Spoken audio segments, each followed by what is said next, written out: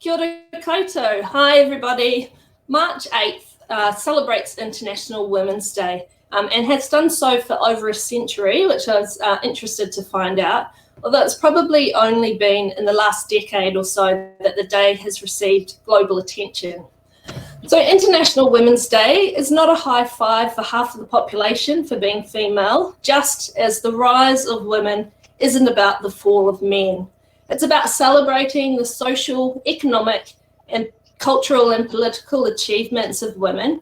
And it's also a call to action to everyone to show their commitment to women's equality, raise awareness, and to drive change to accelerate gender parity. This year's theme is Choose to Challenge. And as we listen to the stories from some of our very own great leaders, I'd like you to think about the ways that you can choose to challenge, to commit to consistently calling out inequality to make a difference, big or small.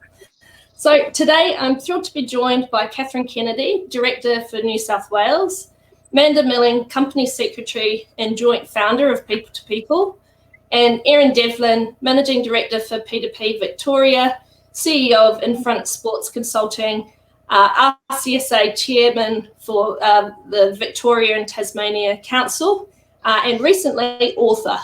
Of course, these three strong, successful women are well known to us all, and I'm thrilled to have the chance to be able to hear about the backstories to their journeys to leadership.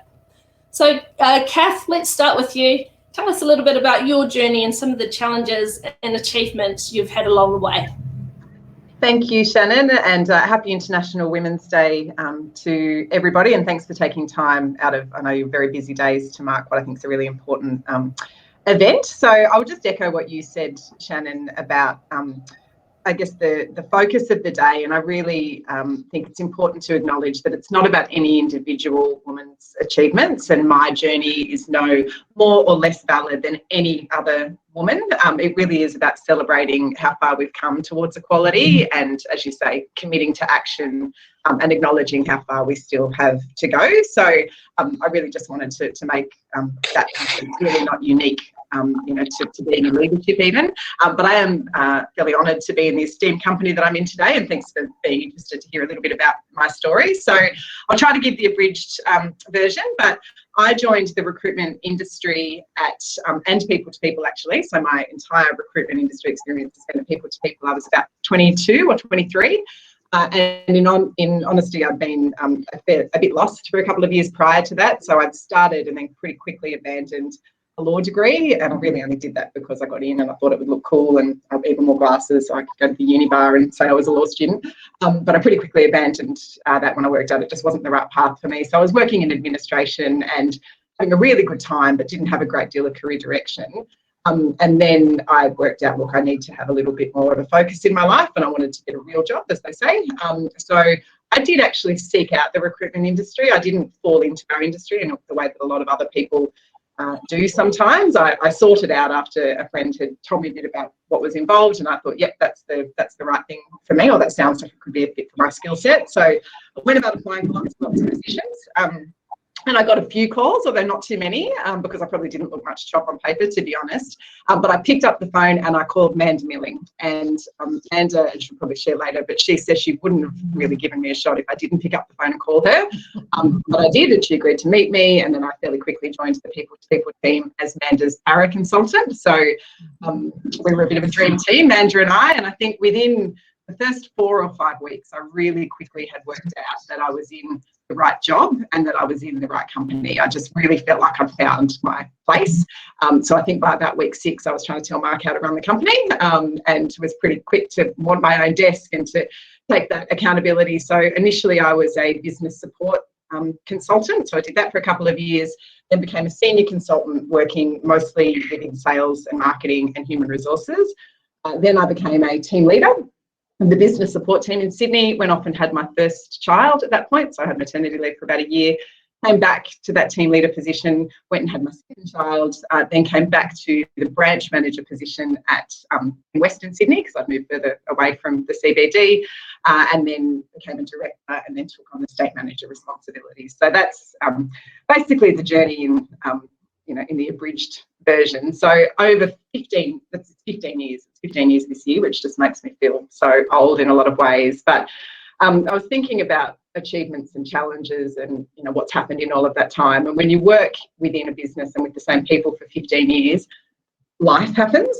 So I was really a kid back then, and now I'm pushing 40 and I have 2 young children. So one of the achievements that I really would reference is that I've just held it all together for all of that time, and I've become a mother in that time. I've faced, I got married, I've faced grief and loss, I've then become a single parent. So navigating all of that and being able to turn up reasonably consistently every day, although, there's always days that you have an off day, I'm proud of that. And I'm proud of the example that I'm setting to my daughters. So my path is not the only path, and, there's lots of other routes that people take, but I really do feel like my daughters just have a worldview that women have meaningful work and their voice matters and they have independence. And I know I'm raising very strong-willed, very outspoken, very forthright little women, and I'm really proud of that.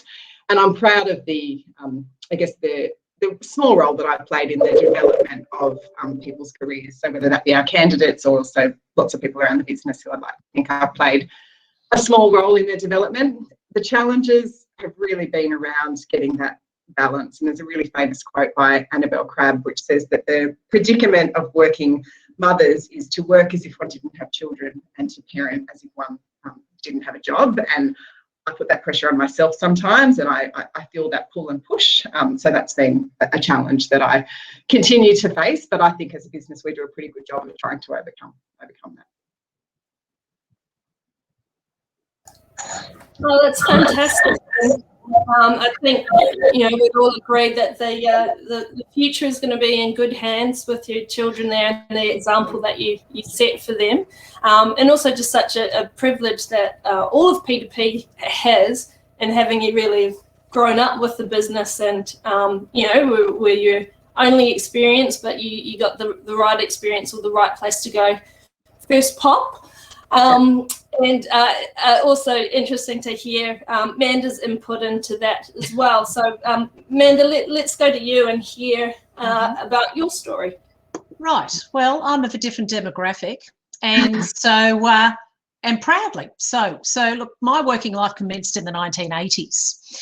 And whilst it was certainly an improvement on the 1970s, there was a reason we all wore big hair and big shoulder pads. And my journey to leadership wasn't something I thought up one day. It was much more organic than that. So we're going to have a little bit of trip down memory lane here. My professional life began as a school dental therapist in the early 1980s, and it was something I really enjoyed. And it was running my own dental clinic on the Northern Beaches in Sydney and in the Hunter region in New South Wales. But the manner in which it was structured, being part of New South Wales Health, and I had come from a private business background, my family had its own business, I was never going to be formally recognised to pursue a leadership role within the school dental service. That was for the dentists. So I was also very underwhelmed by the people I reported to, thinking I could do this better. So having a dental therapy certificate just wasn't going to cut it. So I enrolled in a Bachelor of Business degree when I was 25, and I also decided to leave New South Wales Health after a brief stint at the Attorney General's Department pushing paper. And I joined a chartered accounting firm as an accounting junior with a pay cut. And at the age of 26, I was the junior in the office. I was very fortunate to have a boss who is still a close friend, and I might add that accounting firm is now called Pitcher Partners, that audits people to people, who had 3 daughters, and which was a bonus, and I never felt any conscious or unconscious bias. I wasn't looking for any, and I didn't pick any up. I really enjoyed being in an office predominantly male, as dental therapy was a female-dominated profession, one of the caring industries. And the guys I worked with were allies, and I found it very challenging to work full-time and study part-time for 5 years. And looking back, it was very productive working and studying concurrently, but hell, it was hard at times. So in my work in the chartered accounting firm, I was on the audit team, and I actually really enjoyed auditing, as it got you out of the office and you were able to chat directly with your clients. Sound familiar? Not that I knew that at the time. So once again, I enjoyed running my own show. But I realised I was a very ordinary accountant and I had to work really hard to be mediocre. And so in 1994, like Mark Smith, I saw an ad for a frustrated accountant with recruitment solutions. And you had to be of a certain age range. Yes, you could put that on an ad in those days, but you needed a business-related degree. So via a circuitous route, I found something I really enjoyed and I could do well. It was still a lot of bloody hard work, but I was seeing results, and not only with my financial targets, but also with my career and leadership goals. And learning to lead and manage on the job was and is tough. I wanted to do it. I had a lot of training. I had great mentors and role models, and I made a hell of a lot of mistakes. And may I repeat, a lot of mistakes. But I found myself in the situation again that I thought the leadership of the group was mediocre and underwhelming. So believing I could do it better, along with a couple of other scoundrels you may know, we opened the doors to our little business P2P. You may have heard of it. So that is my greatest personal and professional achievement by a country mile, a culmination of all my previous work and life experience. So at this stage of my career, I know more is behind me than in front of me. It puts a lot into perspective. And briefly, I've just put a few notes together. I've challenged what I wasn't happy with and went off and looked for a different path. I knew when I had found it. Working hard is easy when you do something you really enjoy. Through experience, you know the people to avoid or who stand in your way. So you step around them and keep going and pass them by. You need to make a lot of mistakes and hope like hell you don't keep repeating them. Every woman's experience is different. We aren't a homogenous group, so my journey will be different to yours, and it helps to have a loud voice. Thank you. We've all experienced some of those loud voices, and long may it continue.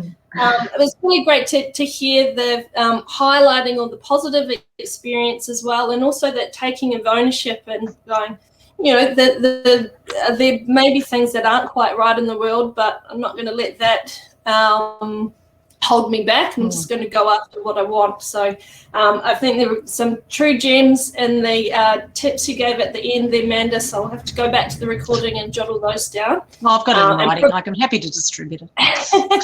Probably plagiarise them and put them in a blog. Oh, yeah. Not an original thought there. And I'm sure there's still more to come, so let's go to you, Erin. Hi, everyone. Thanks, Shannon, and thanks, Kath and Amanda. It's really inspiring to hear your stories.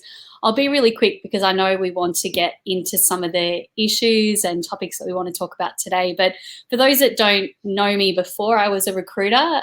Some of you are aware that I actually trained as a professional ballerina and danced with the Australian Ballet, and then went on to do principal roles with the West Australian Ballet. So I danced professionally for 7 years. That taught me a lot about teamwork, discipline, working hard, also a lot about different cultures. I did a lot of travel in that job around Australia and internationally as well, and then came home, did a little bit of study, and then worked for Emirates for a couple of years, traveling the world there. And then came back and registered for temp work. And when I registered for temp work, the recruiter called me back and said, actually, we've got a job here.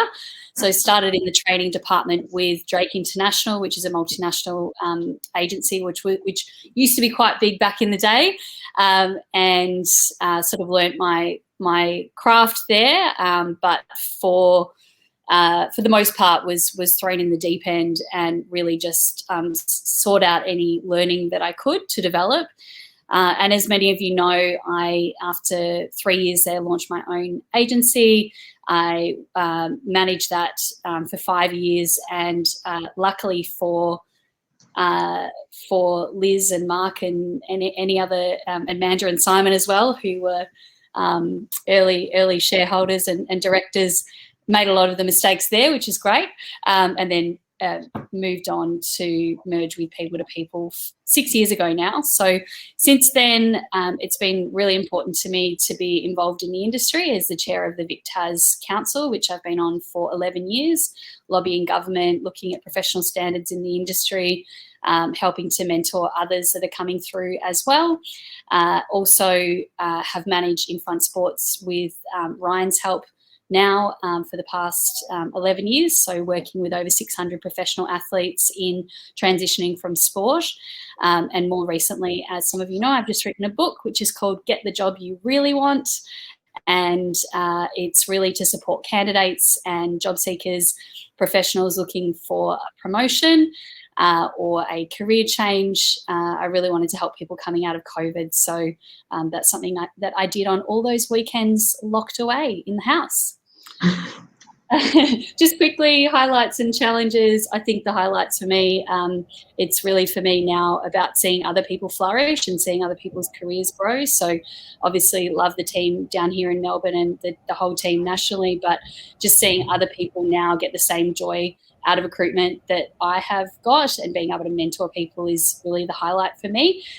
Challenges, you know, chuck a couple of twins in there. Always makes it challenging. Obviously, riding the highs and lows. I learned to recruit in the GFC, so I learned when it was really hard, and just seeing everyone get through that last year, amazing. Like it's a huge achievement to get through a year like that and come out the other side, and now we're ready to ride the wave. Back to you, Shannon. Let's do it. Thanks, Erin.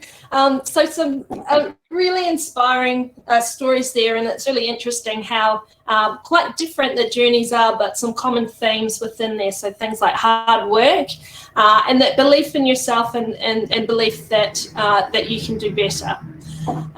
So what I'd like to explore a little bit further is each three of them kept that very positive, but I'm sure that they have encountered gender bias throughout the course of their career.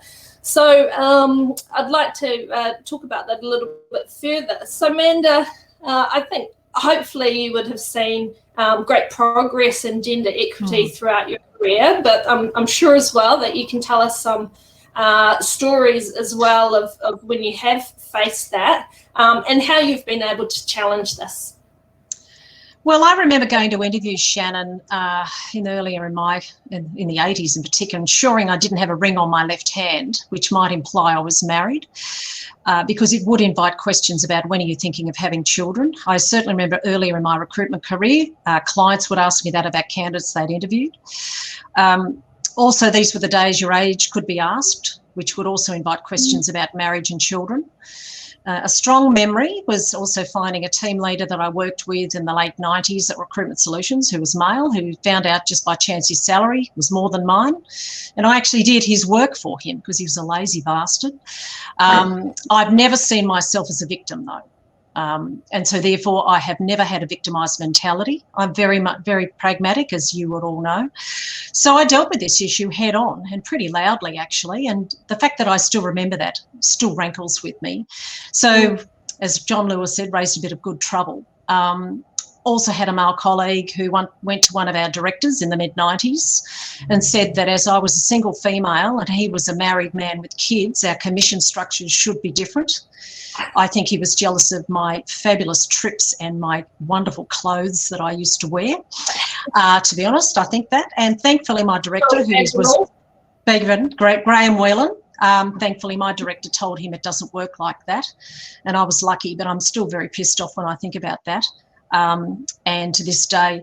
So they're just a few things. Look, but there were times where things were absolutely changing very quickly. And as I said, there was a reason we wore big shoulder pads and spoke loudly. But I really embraced working with various gender. I didn't find, if there was that bias, I just got angry. And then I got even. And so you worked around it. But certainly I've got a good friend of mine who's 10 years older than me, and that it was the sexual harassment of the women starting their careers 10 years previous to me and I know that's still a very big topic now, but nothing like that kind of overt, that nothing came of it. At least there's repercussions now that we know of. Long way to go. But look, what I'm saying is I don't want to be that things were worse in my day. I don't. But every year there's been an improvement and things have improved immeasurably to what they used to be. Look, previously to when I started working, if you got married and you were a Qantas flight attendant, you had to resign. So nothing like that happened when my working career, but that was a fact. There you are. So that's a few little things. So don't get mad, get even. Nice advice to end on there. And I guess that the story around the assumptions around marriage and children, if you're a female in the workplace, is a common story, and I believe something also that you've experienced, Kath. Yeah. Am I back? Yes, indeed. And this was in reasonably recent time. So actually, well, it was just before I got married. So that was 2011 or 12. And I had a particular client who I'd done a lot of recruitment with, a lot of sales recruitment. Took a brief on a particular position with them, senior account manager, and he fairly gently was sort of trying to headhunt me, really. And he said, oh, look, really what we need is someone just like you. You've got the right sort of experience, you present the right way, but obviously you've got your wedding coming up, so there'd be kids and things in the future pretty soon, so that wouldn't be right for you. That was just it just rolled off his tongue. And just, sorry, Shan. Oh, and as you say, rolls off his tongue, just straight out. And he was now. I didn't want the job, by the way. I should hope not. I was very happy where I was. No, I was, but it was just. And he wasn't a guy who you would imagine to have those sorts of biases. And I mean, I know that's really stereotyping, but he was a fairly enlightened sort of guy and seemed to have fairly broad views about a lot of things. And I got to know him fairly well. We've done a lot of recruitment in sort of short space of time. But I was a bit taken aback by that. And I remember thinking, on one hand, hold on, I want to reassure this guy that I'm still going to be here as a supplier, because I don't want him to start thinking that he needs to talk to other people. So, I was aware of that, and I also wanted him to know that I'm very happy in my job. Thank you very much. So I think I was a bit taken aback by it, but then I think I overcame it, and I probably could have been more forthright on reflection. But I think I said something like, oh, look, I'm very happy where I am, but yes, I'm getting married shortly. I don't know if children are in the future or not, but I'm still very ambitious, and I certainly plan to come back to work, and I don't, I'm not planning for that to impact my career goals. So, and he sort of got back in his box a little bit, but that was only, like within the last 10 years, which is a bit alarming. Wow. And Erin, so it's really great. As you said, sometimes we think about our lives in the world of recruitment and forget that there's things before that as well. So really interesting to hear about your background in the ballet as well. Looking back at the different situations or different settings where you might have experienced gender bias before. Yeah, look, I think the ballet world's a bit of a strange one anyway, so I won't touch on it there. There's a lot of cultural change that's yet to come in that world. But like Kath, I've experienced a lot of discriminatory comments through recruitment, and I just encourage anyone that's listening to this webinar to very gently but progressively try to open your clients' minds up to alternative ways of thinking. I had a client just in January say to me, very similar to what Kath has said, I really like this candidate. She's clearly the front runner, but she's just had a kid. I don't know if she can cope with this job. And I just thought, my God, are we still having those types of conversations? So you do need to speak up and be brave to speak up and advocate for what you believe is right with your candidates. And sometimes you will have to walk away if the discrimination is too overt. I've certainly experienced a bit of discrimination in the sport world. So I know I've been... it's been a bit strange, but sometimes when I first came into that environment, I noticed that men got treated like business people, but women got treated like wags. So I would go to a meeting and I'd get I'd it's a bit controversial, but I'd get the kiss on the cheek and how are you? And, sort of very sort of trivial chit chat rather than getting into business conversation, which I noticed the men would have. I've also had people think that it's appropriate to text me very late at night at an event. Clients text me late at night. So things like that, that's a bit of inside goss for you. I wasn't old and wrinkly all the time, but I'm just saying it's a different standard of behaviour, and I think those things have definitely improved over time. No, I don't. I would recommend to anyone on the call to, sorry, you can just mute yourselves as well, Amanda and Kath. Thanks. I just encourage you to challenge gender bias with any children that are in your life as well, because gender bias and discrimination comes in at a really young age. So I know not everyone has kids, but you might have nieces or nephews or cousins or whatever. And I know whenever my boys talk about how they're going to be a man to get in the digger, and I talk about I'm going to be a woman to get in the digger, so they know that there's not set gender roles. They can play with a pink toy, they can choose a pink toy. So I would encourage people to challenge gender bias at a really young age, and encourage the children in their lives and younger people in their lives to not have those defined set roles, because it takes the choice away for those people. And in recruitment, I'd say put your hand up and speak up. Some of you have seen me do this on social media. I'm not afraid to speak up. We recently had the stats around young educated women being the most affected by redundancy and job loss during COVID. And I spoke up about some of the reasons that I felt that might be the case. And I think the biggest one there is assumptions around whether a woman is going to have kids or not, when they're going to have kids, and whether they're going to return after work, after kids to work. And also the assumption that women will have kids. A lot of women don't want to have kids. So all of that, if that comes into play in recruitment processes, it's very dangerous. And that's why I encourage people to challenge those assumptions. The best way to always do that is to find a great candidate and then open the dialogue about it from there. Excellent. Probably Shannon. Yeah. Can I just add a comment to that? Can I just? Yeah. So I think, just to your point, Erin, about challenging and calling those sorts of behaviours and comments out, I think there really is an obligation, for all of us, but particularly for an obligation for people who may perhaps feel that they are in a position where they feel more confident to call something out, to do that. So I had an experience before recruitment, when I was in my early 20s, and I worked for a guy in a medical dental practice, and he had this really, on reflection, kind of creepy practice of he'd come in, and he was coming a bit later than the rest of the staff, and there was maybe 5 women, and we were all quite young women, and he would kiss each of us on the cheek in this really quite sort of inappropriate way, but would never behave that way with the guys. He'd give them a firm handshake, or he, sort of your point about in the sporting setting, that would be very sort of let's talk business, and we would be have that inappropriate touching.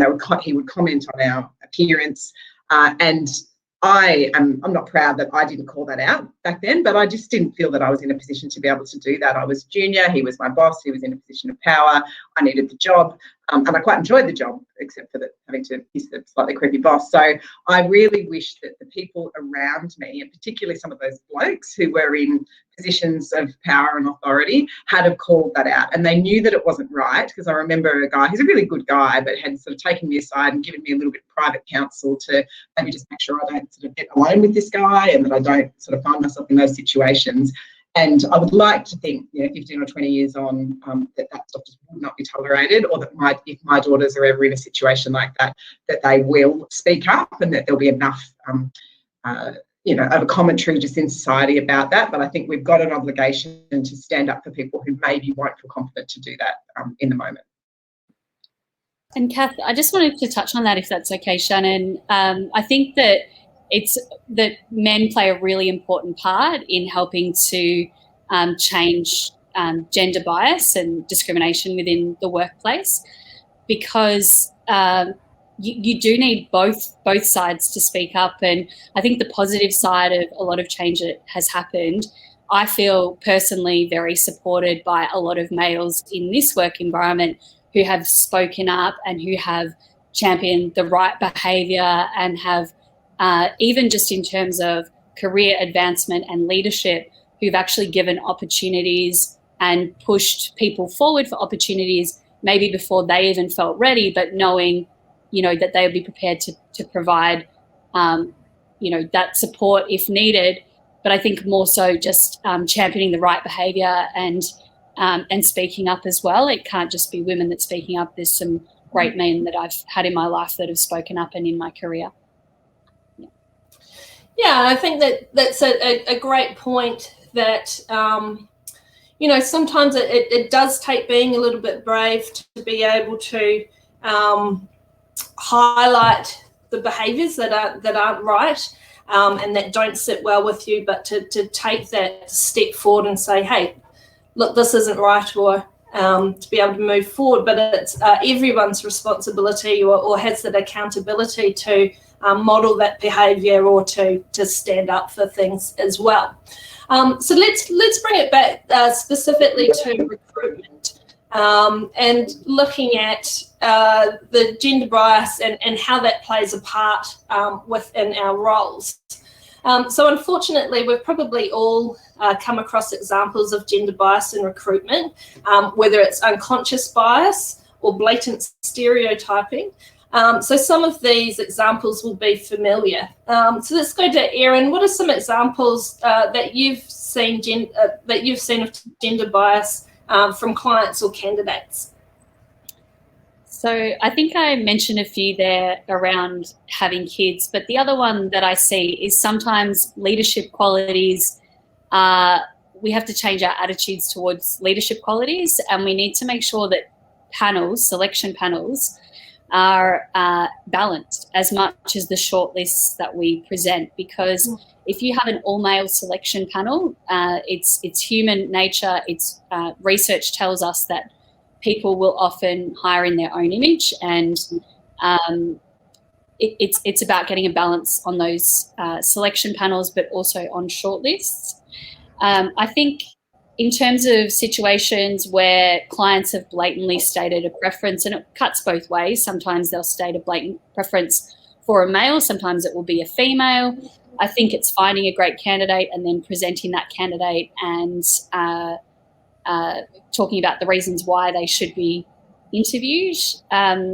If there is a lack of balance with shortlist, I like to actually state that to clients and say, I do like to try and present balanced shortlists. And for example, I might ask the client to widen the criteria. So I'll say, I do like to present balanced shortlists. I am struggling to find a female that meets the strict criteria that you've put forward.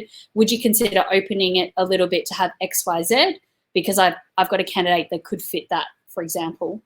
And just being able to challenge assumptions when they come up.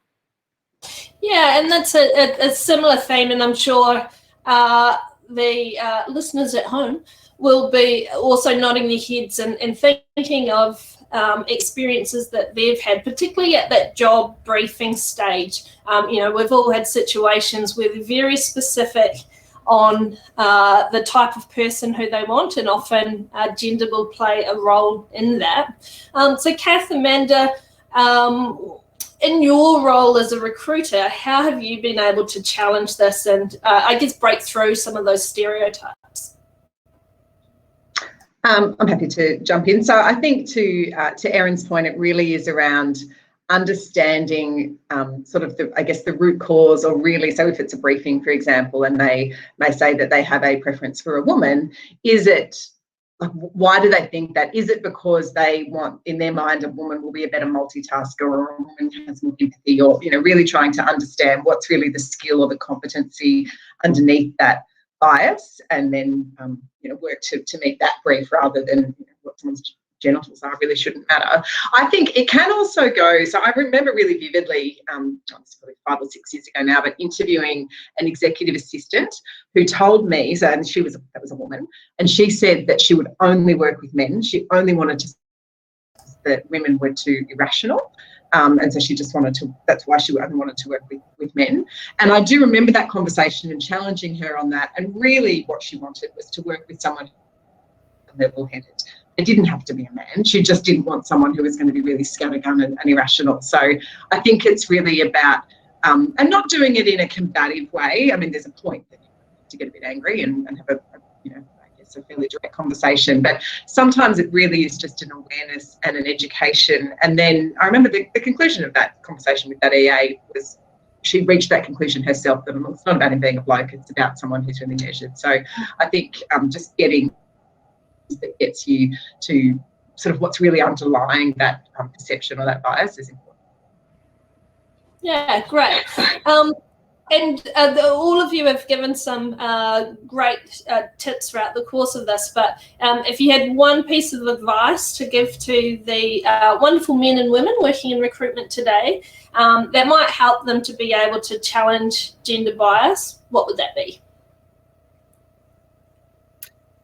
I'm happy to go, Shannon. So I would definitely ask about your clients' diversity goals, because most organisations have diversity goals, so you can open a dialogue that way and ask what they're wanting to achieve and how can we help them to achieve that.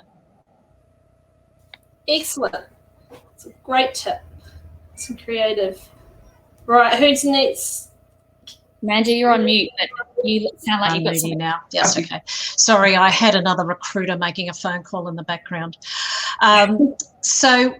Look, we all will recruit in our own image, and it's because there are the experiences that we know and we perceive as being the most successful. So in my experience, I have seen the diversity in managers recruiting their new staff, and when I started recruiting, it was all very predominantly white male, predominantly. And so because when I started recruiting in 94, that was on the back of the major recession that we'd had, there's a massive candidate shortage, and people just had to challenge themselves, not only with the gender bias, but just diversity generally, because there just was not, literally there weren't enough bums to go on the seats that we had. So they had to be confronted with that and be forced in a way. So ultimately, I wanted to fill the job and make money. Came down to that. And then the diversity and when I started recruiting, accounts payable clerk was blonde, blue-eyed and 25 years old.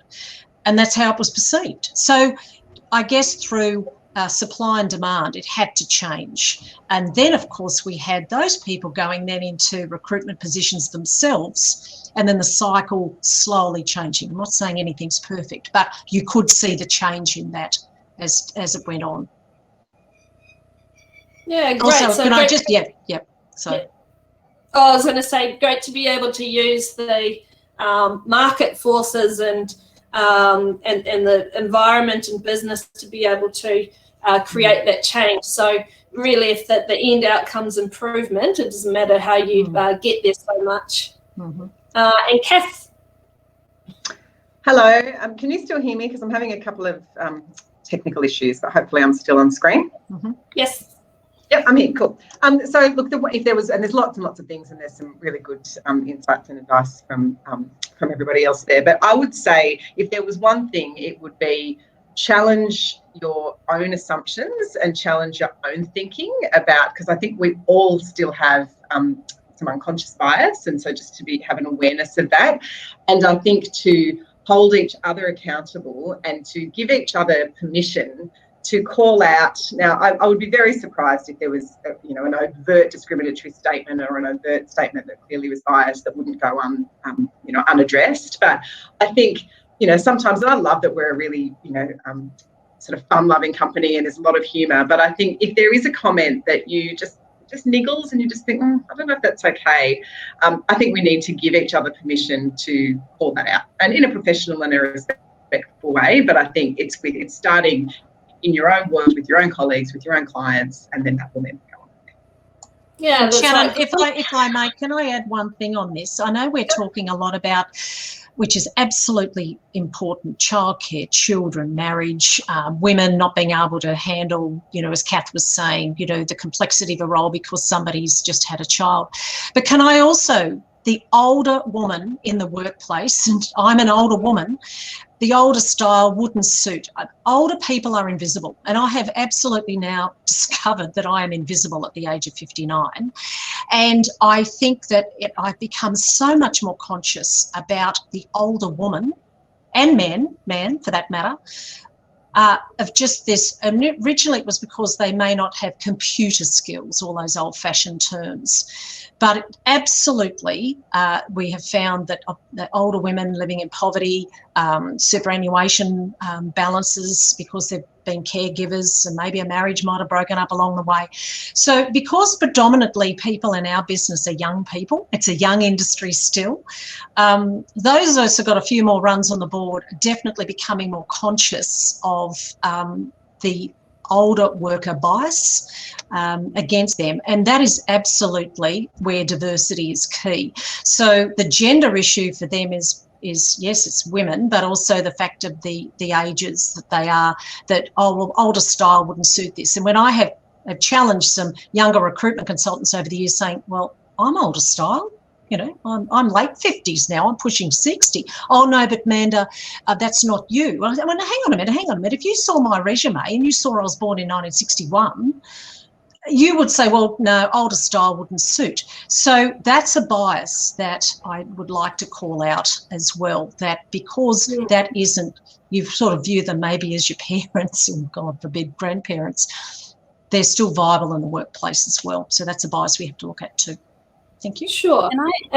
Absolutely. I just coincidentally probably last month I was in a brief with Annie as well, and they were going through their ideal candidate, and said, oh, look, it's not going to suit someone older, probably no one over 40, because they need to be able to pick up this new information. And so we looked at each other. So I'm 41. Looked at each other and went, okay, well, we'd be out of that. Like, so even at, I would not call myself an older woman, but even at that stage, it's, it's something that's still quite typical. And, it was something that we called out on the spot, I guess. Right. I've got a book recommendation, actually, if people are interested in this topic and exploring it further. And it does actually dig into age bias as well, age discrimination. But it's a book that I've just finished. It's called Girl, Woman, Other. It's pretty confronting. So if you're up for a pretty entertaining read, it just explores the lives of, I think, 12 different women of different ages, races, gender identities. It's really interesting. And I'd also encourage you to look up Fitted for Work, which is a charity that is particularly supportive of women that are trying to get back into work. And I just want to make 2 points, Shannon, because I know that we're getting close to time, if that's okay. One thing is a huge factor I mentioned before was men supporting women, but a huge one is women supporting women, and I think we're doing that today, which is awesome. So celebrate the women and the girls in your life, and always, always, always lift them up and encourage them and tell them they're amazing and they're doing such a great job, because it's your support that can help move them forward and help them have the confidence in themselves as well. And also, I know for me, when I started to look at feminism a little bit more, and that's not necessarily what we're talking about today, we're talking about gender bias and diversity, but I didn't realise how much women that have come before me have really paved the way for what we're allowed to and able to enjoy today. And I just want to say thank you to all of those women that have done that. And I think we can see some examples right now in the world. Happened yesterday. I'm not saying which side I'm on, but happened yesterday. It happened many times in the last few months. It happened with the Me Too movement, where women have spoken up, and they've been trolled, debated, pulled down in the media, all that sort of thing. And I just say well done to those women that are raising really tough conversations. If it's getting controversy, it's because it's because it's a topic that needed to be raised, that needed to be debated. So I just encourage you and back you to raise things that are important to you when you see things happen. So that's my 2 cents worth, Shannon. Excellent. Well, I'm glad you put those 2 cents worth in. Now, and it leads quite nicely into the last topic. So I know that we are at time, but I believe this is being recorded. And it's tradition, we never run to time properly anyway, so we're going to power on and keep going. And the last part is actually about what we're doing well when it comes to empowering women. And I think today is a really good example of some of the things that we're doing right within People to People. But I'll open it up to the floor here. What are some of the things that we're doing a great job of to really boost our women up? I'm happy to jump in. So look, I'm really proud to work for this business, and I think that there's lots and lots that we do well to empower and support women. I think it's about 70% of our employees are women, so we'd be doing something wrong if we weren't doing that. I think a couple of examples that I would point to is just the contrast of our leadership team and the percentage of women who are in that leadership team. I think it's 80% women versus some of the stats that you hear out there where some of the ASX 200 companies, it's maybe 30% of their board representation is women, if that. So I'm really, really proud of that. And I think that we are doing a lot to empower women by offering flexibility. And I think that particularly in more recent times, we've come some way. I really want to make that point that, and I think Erin did before, that one of the challenges as a woman is balancing family, children and that sort of thing, and that's obviously one path that some of us take. But I think there are still challenges that are universal for all women, and irrespective if you've got kids at home or not, the data tells us that women take the lion's share of domestic responsibilities as well. So offering flexibility that's not necessarily just linked to family commitments, I think we've done well. And there's lots and lots of examples around our business where women's careers have been championed. I mean, I can think of talking to you, Shannon, and you've gone back to New Zealand, you've really taken on a substantial leadership role there. Kim over in Perth, Peter in South Australia. So I think we are walking the walk. I mean, of course, there's areas that we can improve, but I think there's lots that we. Yeah, excellent. Amanda or Erin? Yep. Okay, I'll go. I think just to echo what Kath said, I think the flexibility, the genuine work-life balance that's available. I think also being able to share sometimes when we're working from home. I know my team are pretty cool with it when I have to take a call and I've got screaming toddlers in the background. They're never screaming when I answer, but then when we start talking, they are for some reason. But I think outside of the kids topic, I think championing, we tend to champion women early for promotion, I think, and back women in our business and men. But I think that's quite unique at People to People, and give people that opportunity to stretch themselves, but then also provide the support. And I think really importantly, we provide an inclusive, collaborative environment. We've got strong female leaders, not just not just at a leadership level, like the people that are on the call today, but also at a resourcer level, at a consultant level. There's so many women that I admire that are at that resourcer or consultant level. I think, wow, you're amazing. And we do have women supporting women here. But I think the most important thing we do is give people a voice. And today is an example. And I love the fact that generally, and I hope everyone feels this way, but that you can speak up and you can put your opinion forward and speak your mind, and that's celebrated. Excellent. Amanda, anything to add? Oh, look, no, that just the majority of staff, I think more importantly, the board members in all the people-to-people divisions are predominantly female, that's where the pointy end of the decision-making is made, and then obviously there's that trickle-down effect to everybody else. But I think also, I think being a female and being part of the founding group, to the rest working with my male colleagues when we founded the company, in our experience, we had a very young child, and different perspectives when you do have a diversity or a female and male mix when you are founding a company can, I'm not saying set the whole agenda, but can start setting the foundations for the agenda for that inclusiveness. Excellent, and we thank you for it. It's all my work, that's right, it's all down to me. And switching that on the flip side, so as you say, the job isn't done. What are some of the things that we could all do better, or there's still room to work on? I guess it's me. You're on screen. I think that just being aware that kids is not on the agenda for everybody, and I know that I even had to check my language a month ago when I raised it was just a nice topic, but we have to just check ourselves and remember that not everyone does want to have kids. But as Kath said, there are a lot of topics that are universal to all women as well.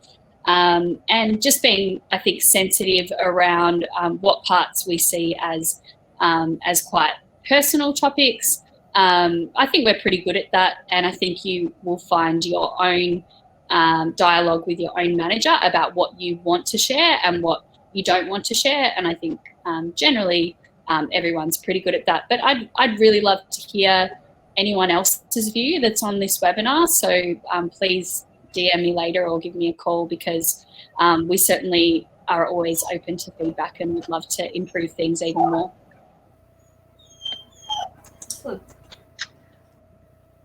Oh, who's on?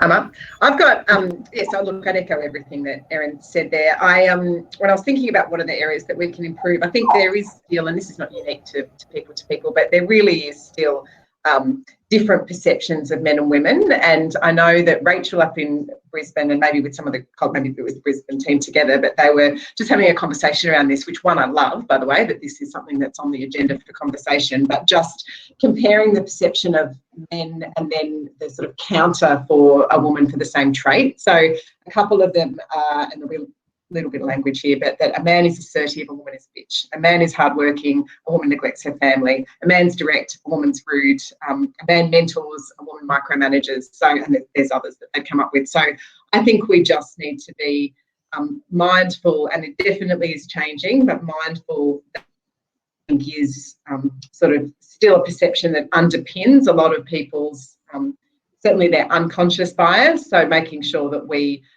having conversations like this beyond today as well. I think that's important, that it's not one day in isolation. We all have a bit of, it just goes out of your mind. I think there's a lot of power in this just being a conversation that is part of the way that we operate and the way that we interact with our colleagues.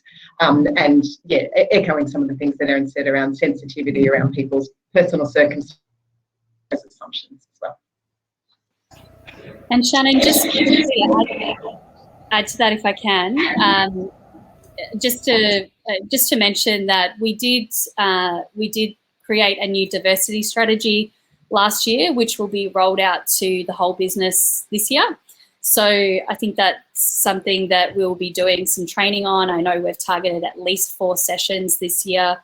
Obviously, this webinar is a really good start, but just broadly, we'd love to do a bit more training on diversity and inclusion in our workplace, not just across gender, but in all areas. So and a huge thank you to Amy and Ryan for some help there, and all of the managers and people that put input into that.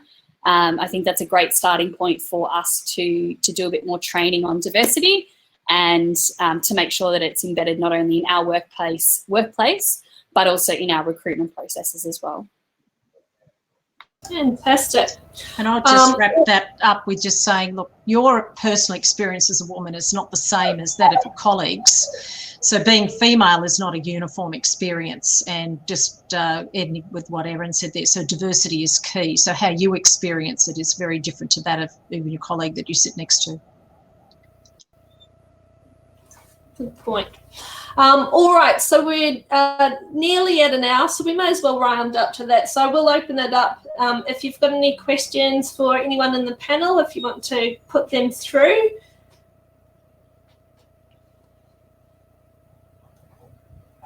I can see Lisa said, do you think that because we know that, Lisa, I need you to say it for me, but basically, do women try to overcompensate, and so do some women lose work-life balance just because they want to prove, their reliability and so forth? I think definitely that can happen sometimes. Lisa. So I think my advice there is just to decide on your own boundaries and the balance that works for you, and then just back yourself in, ask for the support that you need. Hopefully you'll get it here, but people won't always get it everywhere. But just back yourself and know that you're doing a great job. And I personally like to deflect a lot of that pressure, because I know that we're outcomes focused here, not hours focused. And it's more about getting the job done than necessarily how you get the job done. So any other questions? I think that was all, Shannon, on the question front. Okay, well, thank you all for joining us. So I know I've really enjoyed the chance to be able to celebrate some of the achievements of some of our many talented women here, and to be able to gain some insights into the challenges along their pathways to success, but also what's been able to drive them and to push through to these levels. So thank you so much, Erin, Kath, and Amanda, for sharing this with us. And I'll finish off with the reminder to think about how you will choose to challenge every day. Thank you. Thanks, Shannon. Thanks, guys.